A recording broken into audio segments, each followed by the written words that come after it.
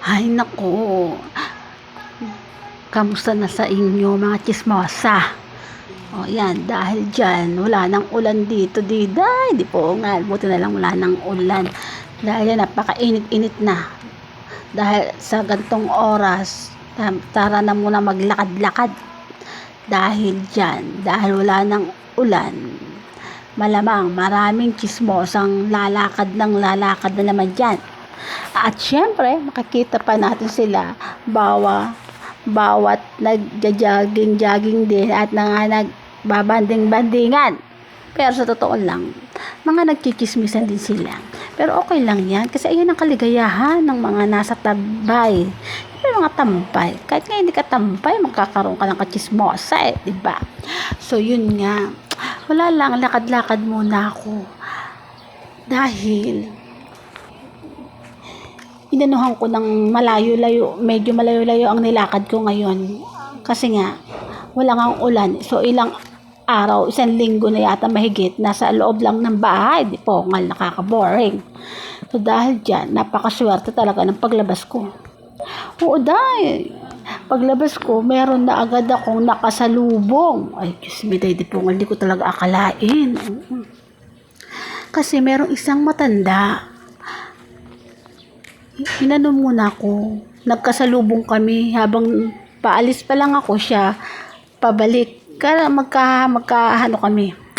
So sabi niya, Ining, sabi ko, bakit po, ay, ano bang oras?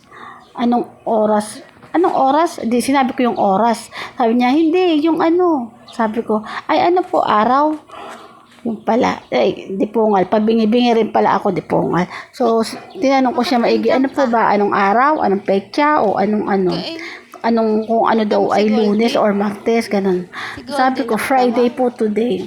So, sabi niya, hindi naman, akala ko Wednesday, sabi ko, hindi po, Friday na po ngayon, holiday po ngayon, kaya mga walang pasok, walang mga mga estudyante.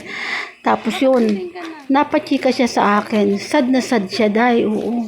Sabi ko, bakit po kayo sad? Kasi, nung isang araw ko pa gustong pumasok, sabi ng mga kasama ko, Wednesday ko daw, Wednesday. Aba, Wednesday po. Oo.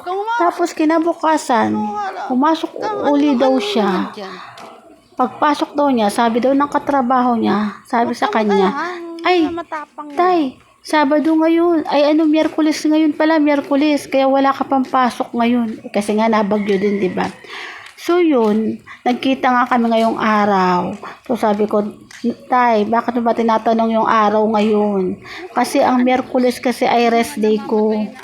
Sabi ko, Friday na po ngayon. Kaya sad na sad si tatay kasi nga ilang araw na daw siyang nasa tambay sa bahay. Gustong-gusto daw niyang magtrabaho. Kaso, medyo nagtampo siya sa mga katrabaho niya kasi nga siya ay sinasabihan na Wednesday ngayon, rest day mo, kaya wag kang pumasok. Sa totoo lang, siyempre matanda na si tatay kaya hindi rin niya alam kung ano bang araw na. Basta kung ano lang masabi ng mga ka-work niya, nakikinig lang siya. Kaya yun, sabi ko, Friday na po ngayon, wag po kayo maglala kung gusto niyo po talaga magtrabaho. Sige po, punta po kayo kung kaya niyo lang. Kasi nga matanda na nga rin si lolo, matanda na rin talaga. Pero nagtatrabaho pa rin daw siya. Gusto daw niyang maglakad-lakad o magtrabaho kaysa daw nakatambay daw siya sa bahay. So, sige po, punta po kayo kasi napatunayan nyo naman na pinakita ko naman sa inyo na ngayon ay Miyerkules. Na-check ko po sa cellphone at pinakita ko sa inyo na Friday po ngayon, Friday pala. Di po, pati ako mali na. So, yun, rest day nga niya ay Wednesday. So, ilang pa ulit-ulit daw niya. Lagi sinasabi sa kanya, Miyerkules daw, Miyerkules. Natawa lang din ako. Sabi ko, hayaan nyo na po. Parang gusto lang nilang magpahinga ka kasi matanda na nga. Kaso siya, si Lolo, gustong-gusto pa rin niya magtrabaho. Kaya, no choice sila. Kahit sila lagi magsinungaling kay Lolo, gustong-gusto pa rin niya magtrabaho. Bigyan na lang nila ng saya. Kasi kaligayahan na yun ni Lolo, pagbigyan na lang nila.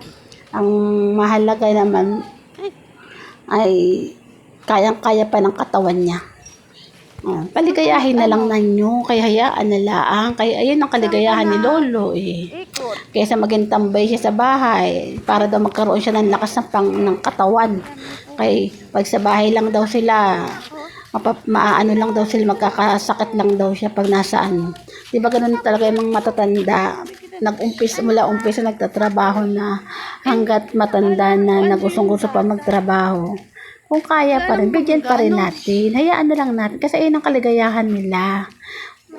Basta pag may napansin lang tayo na talagang bad ang feelings niya, edi pauwiin natin, ganun. Oo, kaya hayaan na lang natin ng mga kaligayahan. Oh, bismillah, di po hungal. So dahil dyan, malapit na akong lumakad dun sa may gate namin. Kaya tingnan ko ang aking, ano ba yun? Yung aking alaga, baka nagbabantay na naman si Beshi, malamang nag-aantay din niya kung ako'y nasaan na. Oo, pag may Beshi talaga akong nakakaloka. Sige, bali na nga sa inyo. Uwi na ako. Bye!